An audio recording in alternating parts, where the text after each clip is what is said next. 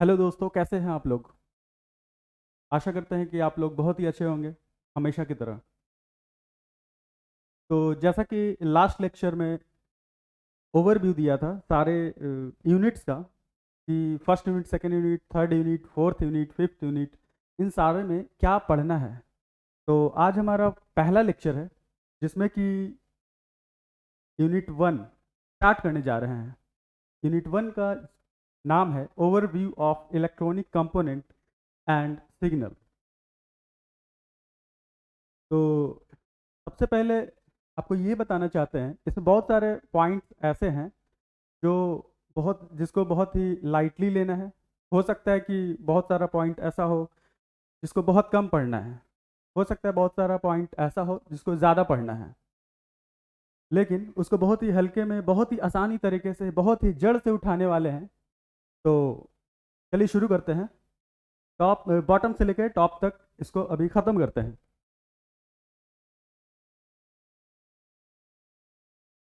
तो पहला जो टॉपिक है हमारा है इलेक्ट्रॉनिक कंपोनेंट। तो लास्ट लेक्चर में मैंने आपको बताया था इलेक्ट्रॉनिक कंपोनेंट के बारे में, यानी कि जब ओवरव्यू दे रहे थे। इलेक्ट्रॉनिक कंपोनेंट क्या होता है, लास्ट लेक्चर में मैंने बताया था इलेक्ट्रॉनिक कंपोनेंट जो कि हमारे सर्किट में जो एलिमेंट्स यूज़ होते हैं, सबके जैसे रजिस्टर, कैपेसिटर, डायोड, ट्रांजिस्टर, सबके अपने अपने अलग अलग काम हैं, कुछ न कुछ सबका यूज़ है। तो उसके हिसाब से अलग अलग कंपोनेंट्स यूज़ होते हैं, जिनको हम दो भागों में बांटते हैं। पहला एक्टिव कंपोनेंट, दूसरा पैसिव कंपोनेंट। तो पैसिव कंपोनेंट क्या होता है, आखिर वो कौन कौन से ऐसे डिवाइस हैं जो पैसिव कंपोनेंट्स हैं, और ऐसे कौन कौन से डिवाइस हैं जो एक्टिव कंपोनेंट हैं। सबसे पहले उनको देखते हैं कि वो कौन कौन से ऐसे डिवाइस हैं जो कि एक्टिव में आते हैं, वो कौन कौन से ऐसे डिवाइस हैं जो पैसिव में आते हैं। फिर उसके बाद हम जानेंगे कि आखिर उसको पैसिव क्यों बोलते हैं और आखिर उसको एक्टिव क्यों बोलते हैं। ये देखिए एक्टिव कंपोनेंट, यहाँ पे दिख रहा है पहला diode, active component, transistor, IC, integrated circuit, power devices जैसे बैटरी। पावर डिवाइसेस में जैसे वोल्टेज सोर्स भी हो सकते हैं, करंट सोर्स भी हो सकते हैं। ठीक है। अब यहाँ पे देखिए, अब डायोड कैसे हो सकता है एक्टिव डिवाइस, ट्रांजिस्टर कैसे हो सकता है active device, IC active device कैसे हो सकता है, और एक बैटरी एक्टिव डिवाइस कैसे हो सकता है, इनको आगे जानेंगे। अभी फिलहाल आपको थोड़ा थोड़ा दिखाते हैं इनकी तस्वीरें, ये दिखते कैसे हैं। ये है डायोड, ये है डायोड का फिजिकल अपीयरेंस। वैसे तो डायोड अलग अलग काफ़ी टाइप के होते हैं, ये उनमें से एक टाइप लिया गया है और इसका एक इमेज है। ये डायोड इस तरह का दिखता है। और अगर हमको कॉपी पेस्ट को बनाना होगा, बहुत सारे न्यूमेरिकल सॉल्व करने होते हैं, तो आखिर सॉल्व कैसे करेंगे, क्या इनको बनाएंगे हम, जिसका फिजिकल अपीयरेंस जिस तरह का दिखता है, क्या उसको हम कॉपी पे बनाएंगे न्यूमेरिकल सॉल्व करने के लिए, सर्किट ड्रॉ करने के लिए? नहीं, सर्किट ड्रॉ करने के लिए डायोड का सिंबल ये होता है। ये हमारा डायोड का सिंबल है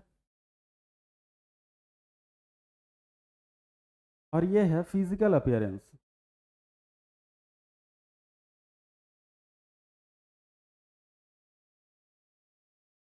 ठीक है। तो डायोड एक अलग टॉपिक है, इसको डिटेल में आगे देखेंगे। फिलहाल अभी हमें बस ये जानना था इसका सिंबल क्या होता है या कैसा दिखता है। ये ट्रांजिस्टर, यहाँ पे देख रहे हैं ट्रांजिस्टर में तीन पिन दिखाई दे रहे होंगे। ये है ट्रांजिस्टर का फिजिकल अपीयरेंस और ये है ट्रांजिस्टर का जस्ट एक सिंबल। इसमें तीन पिन होते हैं, बेस, एमीटर और कलेक्टर। ये तीनों अलग अलग टर्मिनल के नाम हैं। अब जैसे कि मैंने आपको बताया, ये एक अलग टॉपिक है, इसको आगे पढ़ना है। ठीक है, तो इसको यहाँ पे मिक्स नहीं करेंगे। यह है इंटीग्रेटेड सर्किट। बहुत सारे आपने डिवाइसेस तोड़े होंगे, जैसे कभी मोबाइल तोड़ दिया होगा आपने, जैसे आपने टीवी कभी तोड़ा होगा, कभी तोड़ा तो नहीं होगा लेकिन कभी खुला होगा तो देखा होगा आपने। या फिर तोड़ा भी होगा। ऐसा होता भी है कि हम तोड़ते हैं और इन सब चीज़ों को देखते भी हैं। लैपटॉप में आपको देखने को मिलेगा। तो ये एक अलग टॉपिक है। फिलहाल अभी तो आपको ये इमेज दिखाना था इसका। डिस्प्ले डिवाइसेस में जैसे कि वेदर इट इज़ एलसीडी और इट इज़ एलईडी, ये सब डिस्प्ले डिवाइसेस हैं। ये एक्टिव डिवाइसेस में आ रहे हैं। वो जानेंगे आगे अभी जस्ट अगले स्लाइड में कि आखिर इसको क्यों कहते हैं इन सब चीज़ों को एक्टिव डिवाइस। और ये है बैटरी। ये तो बहुत ही ज़्यादा जाना पहचाना है। खैर आगे बढ़ते हैं। अब आपके मन में ये सवाल है जो आपको मैं अभी जवाब देने वाला था। सवाल ये है कि ये सब तो एक्टिव डिवाइस के लिस्ट तो मैंने दिखा दिए, एक्टिव डिवाइस का इमेज तो मैंने दिखा दिया, लेकिन इसको एक्टिव डिवाइस बोलते क्यों हैं? चलिए इसका आंसर जानते हैं। देखिए, सबसे पहला पॉइंट है यहाँ पे, active components require a source of energy typically in the form of direct current. जैसा कि सबसे पहले मैंने आपको डायोड दिखाया था।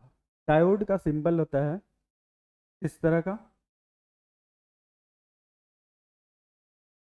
डायोड एक सेमीकंडक्टर डिवाइस है। इसमें अगर हम 0.0001 वोल्ट की सप्लाई देते हैं, 0.001 वोल्ट का अगर पोटेंशियल डिफरेंस इस पर हम अप्लाई करते हैं,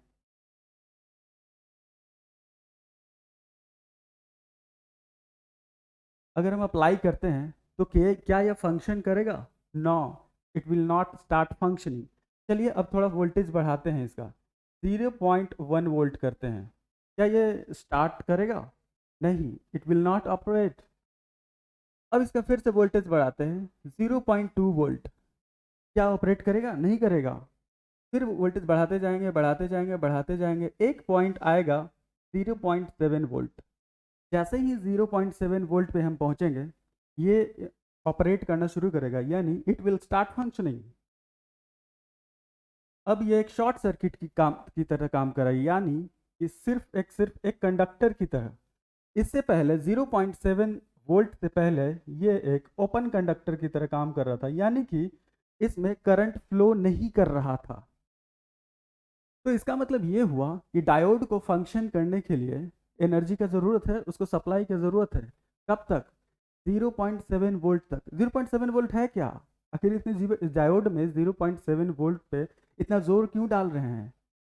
0.7 वोल्ट को बोलते हैं ब्रेक ओवर वोल्टेज, डायोड का ब्रेक ओवर वोल्टेज। खैर इन सब बातों को जब डायोड पढ़ाएंगे तो उसमें डिटेल में पढ़ना है। बस इतना जानना था कि इस वजह से कि डायोड को ऑपरेट होने के लिए एक पार्टिकुलर वोल्टेज की ज़रूरत होती है उसको ऑपरेट करने के लिए, इसीलिए उसको एक्टिव डिवाइस बोलते हैं। अब देखते हैं, ट्रांजिस्टर भी इसी कैटेगरी में है। ट्रांजिस्टर भी सेमीकंडक्टर डिवाइस है। उसको भी स्टार्ट होने के लिए वहाँ भी पी दो जंक्शंस होते हैं। जंक्शंस के डिप्लीशन लेयर को ब्रेक करने के लिए इतना वोल्टेज चाहिए होता है। अब आगे, they are able to manipulate the flow of electricity. Flow of electricity को ये मैनिपुलेट कर रहे हैं। कैसे? आपने देखा डायोड, नॉर्मल जो इलेक्ट्रिसिटी का फ्लो है, नॉर्मल जो इलेक्ट्रिसिटी का फ्लो था 0.7 वोल्ट तक तो होल्ड करके इन्होंने रखा हुआ था, तो इन्होंने मैनिपुलेट कर दिया। सिंपल सी बात है। Mostly active components are semiconductor device. अभी पीछे वाले स्लाइड में जितने भी आपको मैंने इमेजेस दिखाए, जितने भी डिवाइसेस का, मोस्टली उसमें से सारे के सारे ज़्यादातर उसमें सेमीकंडक्टर डिवाइस थे। ठीक है, तो एक्टिव डिवाइस पता चल गया होगा आपको कि इन सबको हम एक्टिव डिवाइस क्यों बोलते हैं। एक्टिव डिवाइस को थोड़ा सा और जान लेते हैं पैसिव में बढ़ने से पहले। एक्टिव डिवाइस जनरली अभी अभी डायोड तो बता दिया मैंने, लेकिन बैटरी के बारे में तो नहीं बताया। बैटरी का इमेज आपको दिखा। बैटरी क्या है? बैटरी एनर्जी डिलीवर करता है। He is that sorry battery is itself energy source. तो वो खुद में एक एक्टिव एलिमेंट है। इसमें ज़्यादा सोचने वाली बात ही नहीं है। वो एक एनर्जी डिलीवर एलिमेंट है, एनर्जी डिलीवरिंग एलिमेंट। आगे देखते हैं पैसिव कंपोनेंट।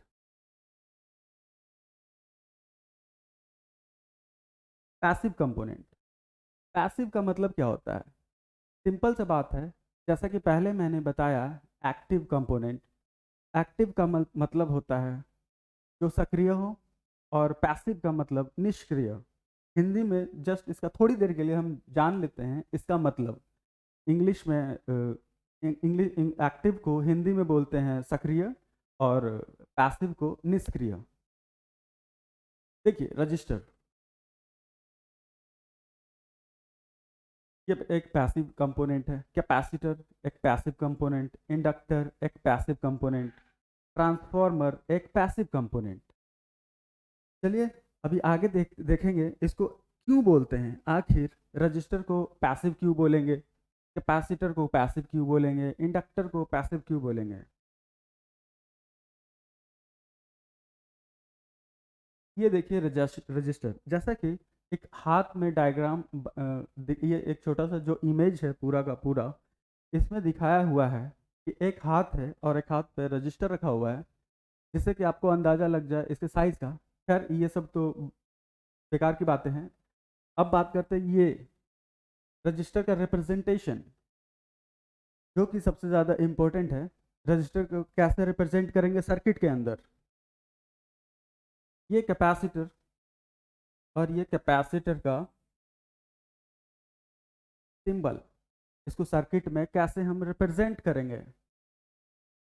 कैपेसिटर में दो पैरल, जब हम कैपेसिटर का फिजिकल अपीयरेंस देखेंगे रियल में वो कैसा होता है, उसमें दो पैरेलल प्लेट होते हैं। तो इसी वजह से दो पैरेलल लाइन से इसको दिखाया जाता है। खैर आगे बढ़ते हैं। इंडक्टर, कैपेसिटर भी अलग अलग टाइप्स के होते हैं, इंडक्टर भी अलग अलग टाइप्स के होते हैं, लेकिन उसका जो सिंबल रिप्रेजेंटेशन होता है एक ही होता है। ये इंडक्टर का सर्किट में रिप्रेजेंट हम इंडक्टर को ऐसे ही करेंगे। अब हमारा जो सवाल था कि इन सब को हम क्यों बोलेंगे पैसिव कंपोनेंट, चलिए जानते हैं। रजिस्टर, रजिस्टर क्या करता है? रजिस्टर क्या करेगा? रजिस्टर क्या करता है? रजिस्टर फ्लो ऑफ करंट को अपोज करता है। लेकिन फ्लो ऑफ इलेक्ट्रॉन को तो अपोज तो कर रहा है, लेकिन उसके साथ वो क्या कर रहा है? क्या वो डिस्टर्ब कर रहा है कुछ इनपुट सिग्नल्स को? नहीं, ऐसा कुछ नहीं कर रहा है वो। लेकिन डायोड के टाइम में क्या हो रहा था, ट्रांजिस्टर के टाइम में क्या था, जो रियली में एक्टिव एलिमेंट्स है उनके टाइम में क्या कर रहा था? डायोड क्या कर रहा था, ट्रांजिस्टर क्या कर रहा था? वो इनपुट सिग्नल्स को थोड़ी देर के लिए होल्ड कर रहे थे। 0.7 वोल्ट के बाद वो एक्टिव हो रहे थे, 0.7 वोल्ट के बाद वो ऑपरेट हो रहे थे। अब देखिए इसका आपका जो सवाल था कि पैसिव कंपोनेंट जो लिस्ट दिखाया गया उसको हम पैसिव क्यों बोलेंगे। Passive components can influence the flow of electricity running through them. जैसे कि मैंने बताया रजिस्टर, रजिस्टर में करंट फ्लो करता है, उसको अपोज करता है रेजिस्टेंस। तो इस स्टेटमेंट के हिसाब से क्या जस्टिफाई हो रहा है रेजिस्टेंस? हाँ बिल्कुल जस्टिफाई हो रहा है। Can influence the flow of electricity, flow of electricity के ऊपर प्रभाव डाल रहा है। जैसे कि एग्जाम्पल के लिए resist it's flow, store energy. Inductor क्या करता है? एनर्जी को स्टोर करता है। मैंने जो लिस्ट में दिखाया था अभी थोड़ी देर पहले एक्टिव पैसिव कंपोनेंट में, उसमें इंडक्टर भी था। इंडक्टर क्या करता है? एनर्जी को स्टोर करता है मैग्नेटिक फील्ड में। और कैपेसिटर क्या करता है? वो भी एनर्जी स्टोर करता है इलेक्ट्रोस्टैटिक फील्ड में। लेकिन फिर ज़रूरत के हिसाब से जब सर्किट में काम करना शुरू करता है, फिर जिस तरह से स्विच ऑन ऑफ या फिर जिस तरीके से सर्किट में उसका यूज़ है उसके हिसाब से उसकी एनर्जी डिस्चार्ज भी होती है। लेकिन इससे ये पता चलता है कि वो एनर्जी को डिस्चार्ज करती है नॉट परमानेंटली। जैसे कि बैटरी एक एक्टिव एलिमेंट है, वो परमानेंटली एनर्जी को डिलीवर करता रहता है। लेकिन कैपेसिटर और इंडक्टर वो तुरंत से डिस्चार्ज भी होता है, वो परमानेंटली एक सोर्स की तरह काम नहीं करता है।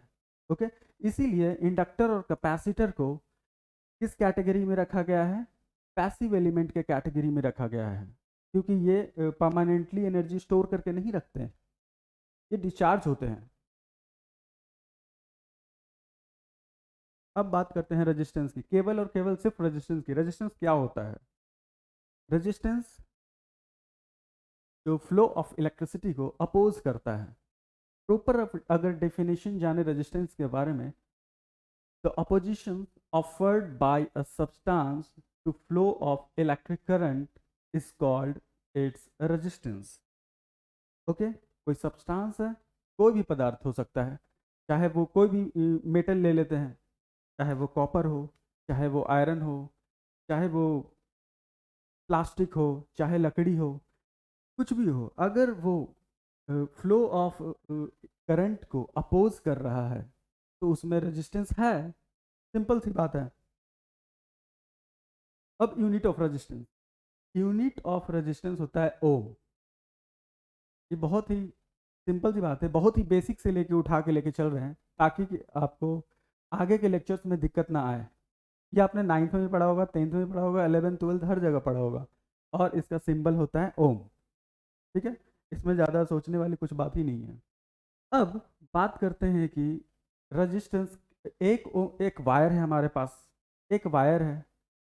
अगर हमको कहना है कि ये वायर 1 ओम का है, तो कैसे डिसाइड करेंगे कि वो वायर 1 ओम का रजिस्टर है, 1 ओम का रेजिस्टेंस उसमें है? कैसे डिसाइड करेंगे? सबसे पहले एक वायर है हमारे पास,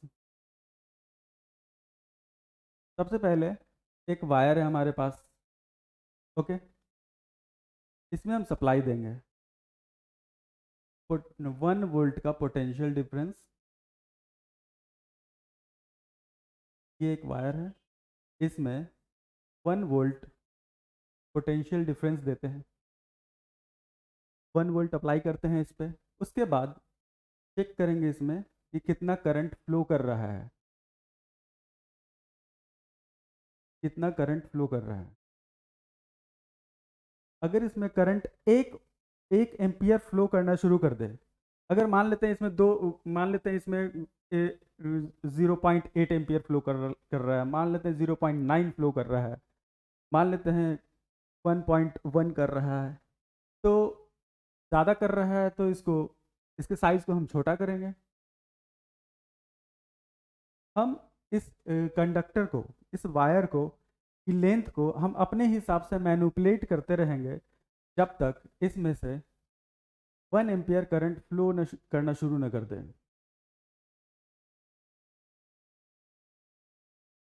अब ये एक दूसरा एग्जांपल ले रहे हैं। 1 वोल्ट अप्लाई किया, अब इसमें मान लेते हैं कि 1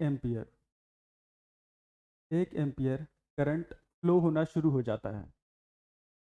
तो रेजिस्टेंस इज इक्वल टू होता है V बाई आई।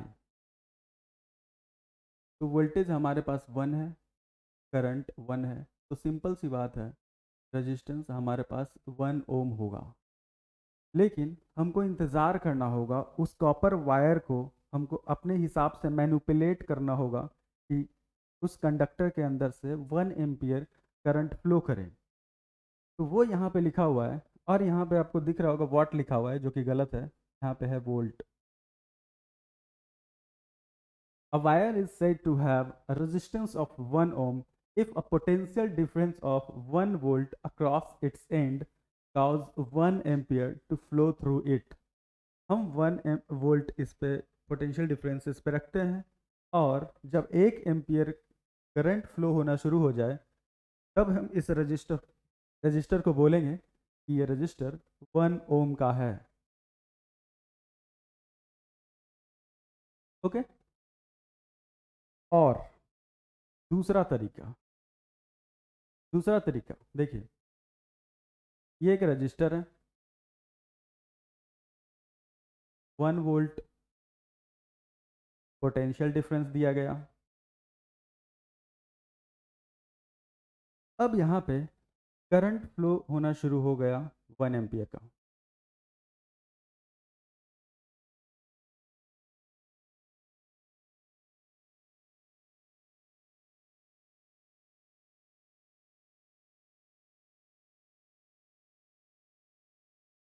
ठीक है, 1 एम्पियर फ्लो होना शुरू हो गया। जब रजिस्टर में हम एनर्जी देते हैं तो वो एनर्जी डिसिपेट करता है। रजिस्टर एनर्जी को स्टोर नहीं करता है, वो एनर्जी डिसिपेट करता है। अब क्या होगा,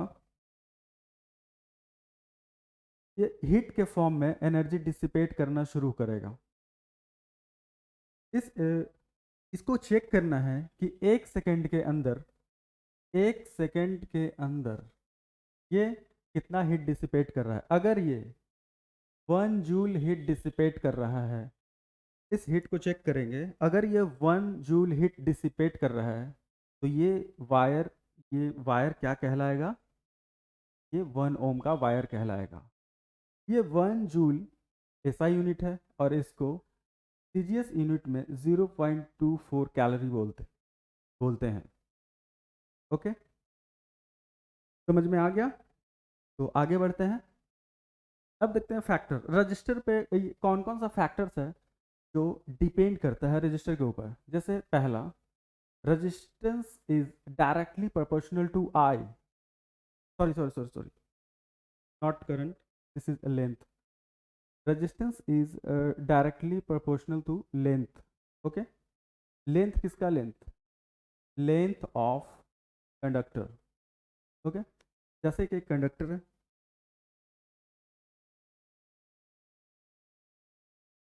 एक कंडक्टर लिया,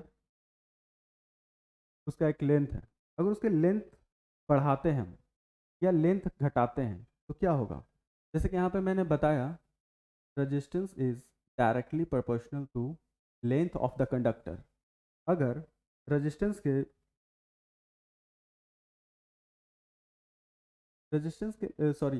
कंडक्टर के लेंथ को बढ़ाते हैं तो क्या होगा, रेजिस्टेंस इंक्रीज करेगा। अगर कंडक्टर के लेंथ को हम डिक्रीज करते हैं तो क्या होगा, रेजिस्टेंस डिक्रीज करेगा। ये पहला फैक्टर हुआ। दूसरा है, resistance is inversely proportional to cross sectional area of that conductor. ये कंडक्टर है, ये इसका क्रॉस सेक्शनल एरिया है। और अगर हम इस क्रॉस सेक्शनल एरिया को बढ़ाते हैं, अगर इसका क्रॉस सेक्शनल एरिया को हम बढ़ाते हैं तो रेजिस्टेंस क्या होगा, डिक्रीज होगा।